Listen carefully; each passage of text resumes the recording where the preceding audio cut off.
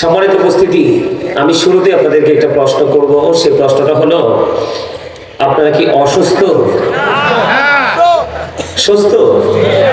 আচ্ছা, কোন কন্ডিশনে থাকলে মানুষকে সুস্থ বলা হয় আর কোন কন্ডিশনে থাকলে মানুষকে অসুস্থ বলা হয়, সেটা কি আপনারা বলতে পারবেন? আমি যদি প্রশ্ন করি, পারবেন না। হয়তো দু একজন বলতে পারেন, যারা 100% এক্সপেরিয়েন্স ম্যান যারা, তারা বলতে পারবে, কিন্তু ম্যাক্সিমাম লোকই কিন্তু ফেল করবে। সম্মানিত উপস্থিতি, এই প্রশ্নটা কেন করেছি জানেন? এই প্রশ্নটা এই জন্য করেছি, আপনারা এত মানুষ, আমি আপনাদেরকে একটা কথা বলি, এটা আমার কথা নয়, আমি এখানে আমার কথা বলার কোনো ইখতিয়ার নেই, মন গড়া কথা বলার কোনো সুযোগ নেই। আমি আপনাদেরকে আজকে আলোচনা শোনানোর জন্য আসছি। শুধু কুমিল্লা না, আমার বাড়িটা কুমিল্লার একদম লাস্ট, আমার বাড়ির পরে আর বাংলাদেশ নাই। আমার বাড়ির পরে ভারতের তারকাটার বেড়া, তারপরে বিএসএফ এর ক্যাম্প। দূর পথ পাড়ি দিয়ে এসেছি আপনাদেরকে কিছু কথা বলবো বলে, কিন্তু আপনারা যদি সেটা সাদরে যদি এটা গ্রহণ করতে না পারেন, তাহলে আমি বলবো কি করে? প্রফেশনালি এটা কিন্তু একটা টিচিং প্রফেশন। এই যে আমার ডানে বামে এখানে কিন্তু এডুকেটেড পারসন অনেকে আছেন, আমার দর্শক সারিতেও আছেন, কিন্তু কিছু সময়ের জন্য আপনারা সবাই আজকে কিছু সময়ের জন্য আমার স্টুডেন্ট।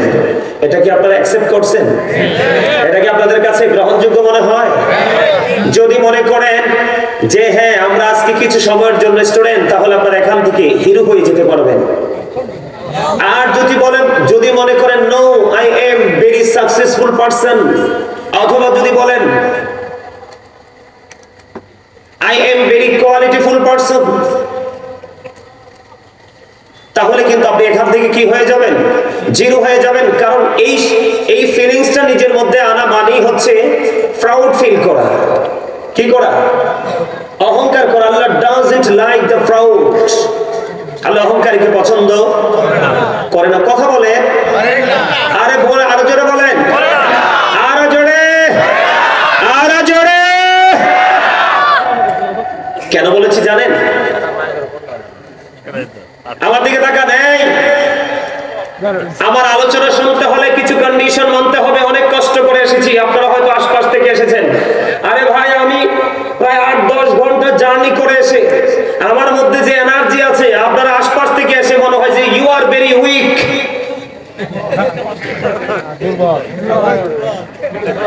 কি খারাপ বলছি? আরে ভাই, আপনারা কি আচরণ করেছেন? আমাকে ব্যক্তি হিসাবে ভালো অনেকে নাই লাগতে পারে, কিন্তু দূরত্ব রাসূলকে ভালোবেসে আপনি রাসূল ছাড়া কি আপনার কোন উপায় আছে? কথা বলেন, আছে? রাসূল ছাড়া আপনি সারা জীবন আল্লাহ আল্লাহ করে পার হয়ে যেতে পারবেন? আপনি লা ইলাহা ইল্লাল্লাহ, there is no god but Allah, মুহাম্মাদুর রাসূলুল্লাহ সাল্লাল্লাহু আলাইহি ওয়াসাল্লাম is the messenger of Allah. আপনি বাক্য থেকে, সেন্টেন্স থেকে একটা পার্টকে আপনি আউট করে দেন, আপনি ইমানদারি হতে পারবেন না। ঠিক। সম্মানিত উপস্থিতি, সত্যি আজকে আলোচনা শুনতে এসেছি। পাগলগুলো আমাকে এত ভালোবাসছে, এটা আমার মন বলে, এটা আমার মন বলে। মন এই বগুড়ার জমিনে আমার জীবনে প্রথম আসা। এই যে 22-23 কিলোমিটার দূর থেকে ওরা আসছে আমাকে দেখার জন্য একটা নজর। অনেক মানুষ আমাকে ফোন দিয়েছে, আমি বলছি বগুড়াতে আসবো, আসেন। হয়তো আমার সাথে কথা হয়নি, হয়তো এখানে বসে আছে। সম্মানিত উপস্থিতি, শুরুতে একটা কথা বলি, এটা কি সাদরে গ্রহণ করবেন আপনারা? আমি আপনাদেরকে বলি, আমার আলোচনা শুনতে হলে আপনাদেরকে কিছু কন্ডিশন মানতে হবে। এই বুটওয়ালা, পকেটে ঢুকো। এটা বুট খাওয়ার জায়গা? সারা বছর কি করো? 364 দিন কি করো? পকেটে ঢুকো, মুসরো ঢুকো, প্যানে ঢুকো, প্যানে ঢুকো, এটা প্যানে ঢুকো। Thank you so much. তে আমরা ওয়েলকাম বলতে পারছে না।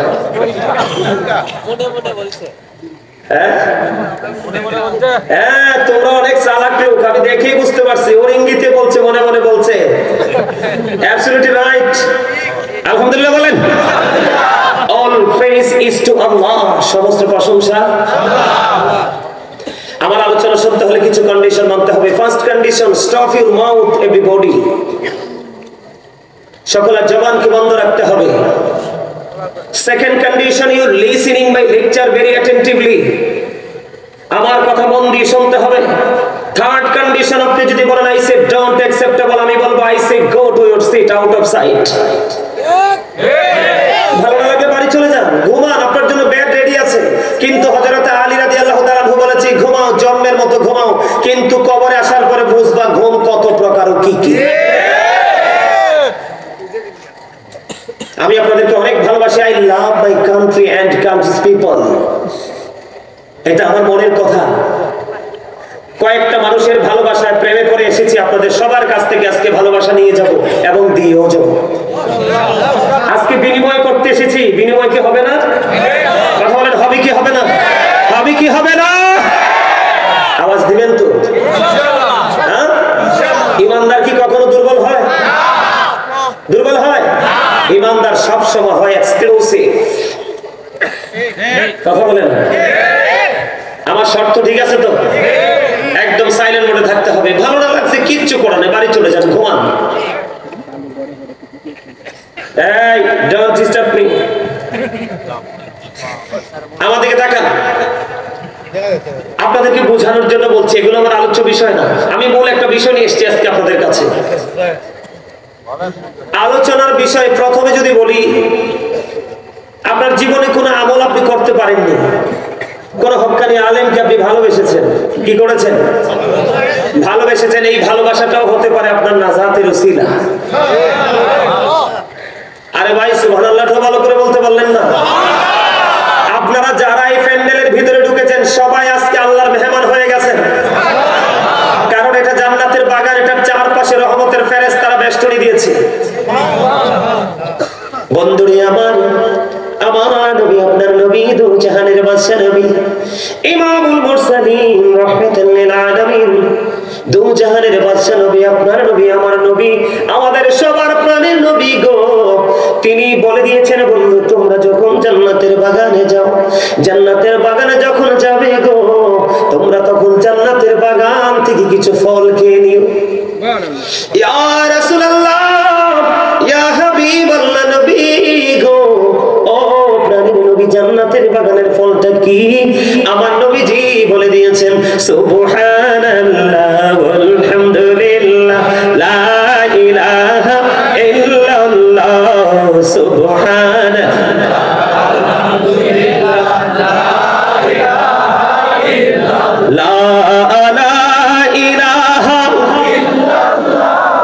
লা ইলাহা ইল্লাল্লাহ আরশ কুরসি লৌহ কলম সৃষ্টি জাহান ওসিলা যে আল্লাহ খুশি হইয়া নাম রাখলেন হাবিবুল্লাহ সুবহানাল্লাহ আলহামদুলিল্লাহ লা ইলাহা ইল্লাল্লাহ লা ইলাহা ইল্লাল্লাহ মুহাম্মাদুর রাসূলুল্লাহ সাল্লাল্লাহু আলাইহি ওয়াসাল্লাম।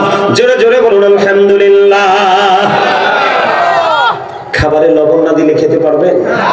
কেন? স্বাদ আসবে না। খাবারে লবণ না দিলে যেমনি খাবারটা মজা হয় না, মজা না হইলে খাওয়া যায় না, ঠিক তেমনি আপনি যতক্ষণ না পর্যন্ত প্রেম করতে না পারবে ততক্ষণ আপনার কাছে আমলও মজা লাগবে না। আর যতক্ষণ পর্যন্ত আমলের মজা আপনি না বুঝবেন ততক্ষণ আমল করতে মন। তাহলে আগে কি দরকার? প্রেম দরকার না? আরো যাবে আগে কি ভালোবাসা দরকার না? এই প্রেম গভীর ভাবে রাখতে হবে। এই যে আমি জিকির করলাম, এটা হচ্ছে জান্নাতীদের জন্য খাবার, জান্নাতের মেহমানদের জন্য জান্নাতি খাবার। সম্মানিত উপস্থিতি, যেটা বলতে গিয়ে আমি আপনাদেরকে একটু মজাটা বুঝাইলাম, সেটা হলো আল্লাহ রাব্বুল আলামিন বলেছেন ফাদখুলি ফি ইবাদি ওয়াদখুলি জান্নাতি। আল্লাহ রাব্বুল আলামিন বলতেছেন join with my dear people, come to my paradise. সুবহানাল্লাহ বলবেন না? আল্লাহ রাব্বুল আলামিন বলেছেন join with my dear people, আমার প্রিয় লোকেদের সাথে যুক্ত হও, কাম টু মাই প্যারাডাইস ওয়াদখুলি জান্নাতি, আমার জান্নাতে চলে আসো। মানে আপনি হক্কানি কোন আলেমকে ভালোবাসলে আপনার ঠিকানা কোথায়? বলেছে কে? আপনি জান্নাতে যাওয়ার পরে কি করবেন? সারা জীবন শুনেছেন মানুষ মারা গেলে কবরে রাখা হয়, কবরে রাখলেই শেষ না। মারা গেলে মানুষকে কবরে রাখা হয় ঠিকই, কিন্তু মুমিন শেষ হয় না। আল্লাহ রাব্বুল আলামিন পবিত্র কোরআনে বলেছে তাদের জন্য জান্নাতি খাবার বরাদ্দ করে রেখেছেন। ইনদা রাব্বিহিম ইউরযাকুন। আল্লাহ বলেছেন দে রিসিভ ফুড ফ্রম আল্লাহ। তারা আল্লাহর কাছ থেকে জান্নাতি খাবার রিসিভ করবে। আর জোরে কন্না সুবহানাল্লাহ। কোন দিকে ওয়াজ করব? আপনারা তো এখনো দুর্বল রয়ে গেছে। আমি যখন ওয়াজে ঢুকবো ওয়াজ করতেই থাকবো এত সুবহানাল্লাহ বলা লাগবে না, যা বলার এখনই বলে দেন। কারণ মানুষ যখন মারা যায় তার কি আর কিছু থাকে? কথা বলেন থাকে? তো মারা যাওয়ার পরে কি আপনি ওপারে বাজার করে যেতে হবে না? কথা কয় না? ওপারের বাজার ঈমান এবং আমল। এই যে সুবহানাল্লাহ, এটা একদিকে জান্নাতি মেহমানদের জন্য খাবার, আরেকদিকে একটা মজার আমল। এই সুযোগ কি প্রতিদিন আসবে? এটা প্রতিদিন আসবে না, যেহেতু পেয়ে গেছেন কাজে লাগান। আর আমি কিন্তু আজকে আপনাদের কাছে মুসাফির হিসাবে এসেছি। মুসাফিরের দোয়া কিন্তু আল্লাহ কবুল করে, হাত খালি ফিরায় না। আপনাদের কি দোয়ার দরকার আছে না? দোয়ার দরকার আসেনি? আপনাদের মনে অনেক ব্যথা আছে না? আরজি আছে না? সবকিছু মিলিয়ে আমি আজকে আপনাদের জন্য দোয়া করে যাব। আমি আপনাদের থেকে দোয়া নিয়ে যাবো, রাজি তো? এবার আমি একটা একটা করে আগাই সামনের দিকে, একটা করে আগাই। এই কথা বলবেন না কেউ, আবারও বলছি, ভালো না লাগলে সোজা উঠে চলে যাবেন। এই যে আমাদের জবান, আমাদের কি এই জবানটাকে দিয়েছে বুট খাওয়ার জন্য? তো বুট কি দিয়ে থাকে? মুখ ছাড়া খাওয়া যায়? কথা বলেন, খাওয়া যায় না? তো মুখ দিয়ে তো খাইতে হবে। কিন্তু পড়ার সময় খেললে হবে? খেলার সময় ঘুমাইলে হবে? কথা বলেন, যে সময় যেটা করা দরকার সেটা যে সময় মতো করতে পারবে সে হলো সবচেয়ে বড় ভেরি ইন্টেলিজেন্ট ম্যান। কথা ঠিক না? ঠিক। আমাদেরকে তাকান, আমি কি বলি মন দিয়ে শুনেন। আমাদের মতো মানুষ অহংকার করে বলছি না, চাইলেও আগামীকালকে আসতে পারবো না, চাইলেও আগামী দিন সম্ভব না, ইম্পসিবল।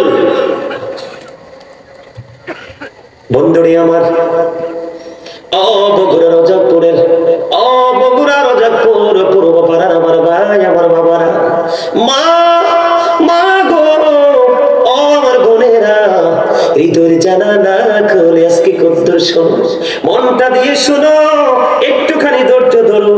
জীবনে প্রতিটা মুহূর্ত তুমি দুনিয়ার জন্য কাটিয়ে দিয়েছ, আজকের কিছু সময় তুমি কি করো? এই পৃথিবীর জন্য, পৃথিবীর সব কিছুকে কুরবানি করে একটু সময় তুমি কুরবানি দাও। কারণ কিয়ামতের দিন তোমার জীবনের সময়ের হিসাব আল্লাহর দরবারে দিতে হবে। বন্ধু, এই জবান আল্লাহ দিয়েছে, ভাত খাবেন, যা মন চায় তা খাবেন, গ্রহণযোগ্য কথাগুলো বলবেন, কিন্তু অগ্রহণযোগ্য কথা বলার জন্য নয়, অপ্রাসঙ্গিক কথা বলার জন্য নয়, যেটা অ্যাকসেপ্টেবল নয় সেটা বলার জন্য নয়, ভালো ভালো সুস্বাদু খাবার খাওয়ার জন্য নয়। এই জবান আল্লাহ রাব্বুল আলামিন আপনাকে আমাকে দিয়েছে। আমি যে বারবার বলে, বন্ধু জোরে বলো, জোরে বলো। এখানে দুইটা দিক, একদিকে তোমার মুখের জড়তা চলে যায়, আরেকদিকে মনের ময়লা দূর হয়ে যায়, আরেকদিকে তোমার আমার চিরশত্রু। আওয়াজটা যত বড় হবে শয়তান তত দূরে চলে যাবে।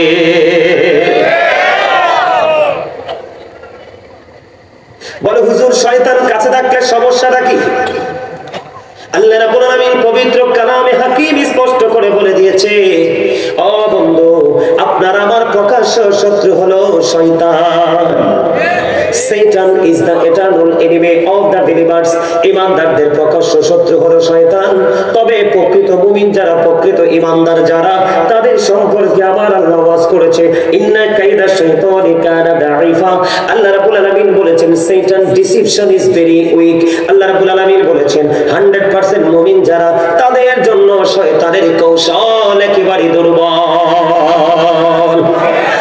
হাজার চেষ্টা করে আটকাতে পারে না।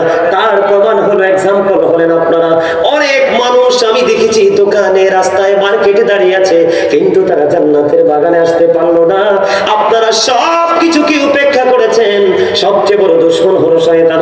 শয়তানকে উপেক্ষা করে আপনারা জান্নাতের বাগানে প্রবেশ করেছেন। এটাই হলো বন্ধু জান্নাতি আর জাহান্নামের মধ্যে পার্থক্য। আমি আপনাদেরকে যেটা বলতে চেয়েছি আওয়াজটা জোরে বলতে হবে। বন্ধু, আল্লাহ রাব্বুল আলামিন আপনাকে আমাকে জবান দিয়েছে আল্লাহর জিকির করার জন্য। যারা জিকির করে তারা জিন্দা, যারা জিকির করে না তারা মুর্দা। ও বন্ধু, আল্লাহ রাব্বুল আলামিন বলেছেন remember me then I will remember you. আল্লাহ বলেছেন remember me then I will remember you.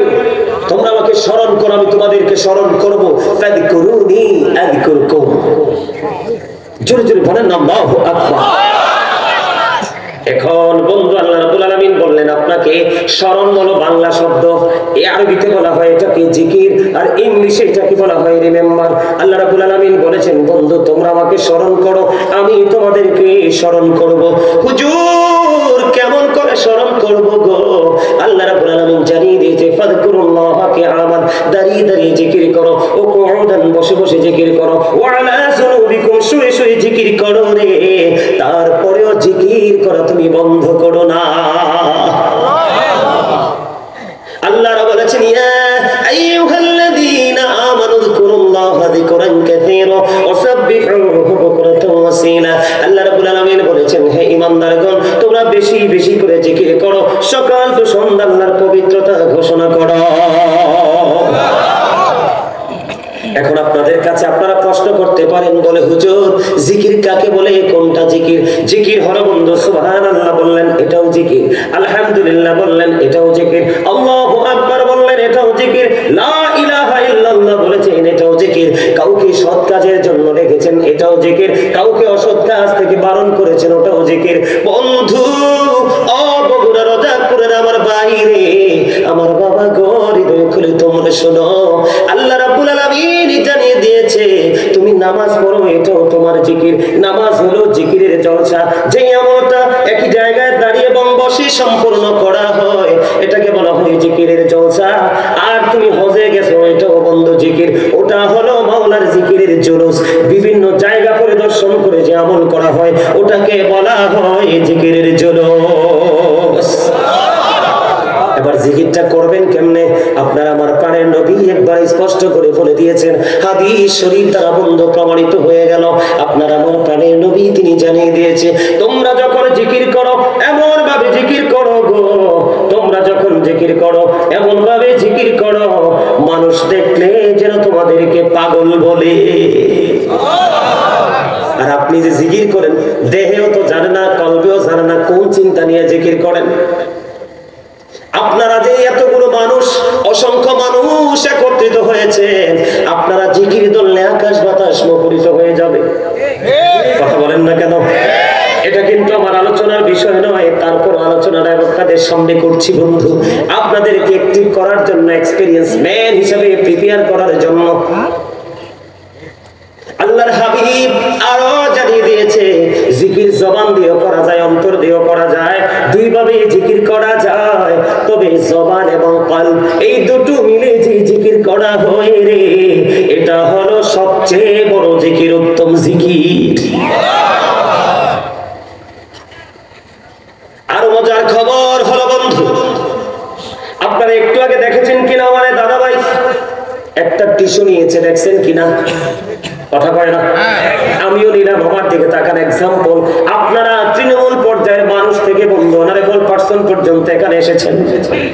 সবাই যদি আমার কথা বুঝবে না, এই জন্য মাঝে মাঝে একটু এক্সপ্লেইন করবো। এই যে দেখেন এই টিস্যু মানুষ হাতে নেয় কি নেয় না? আমি কথা বলতে লাগলাম, আমার একটু থুতু আসলো অথবা শরীরটা একটু ঘামলো,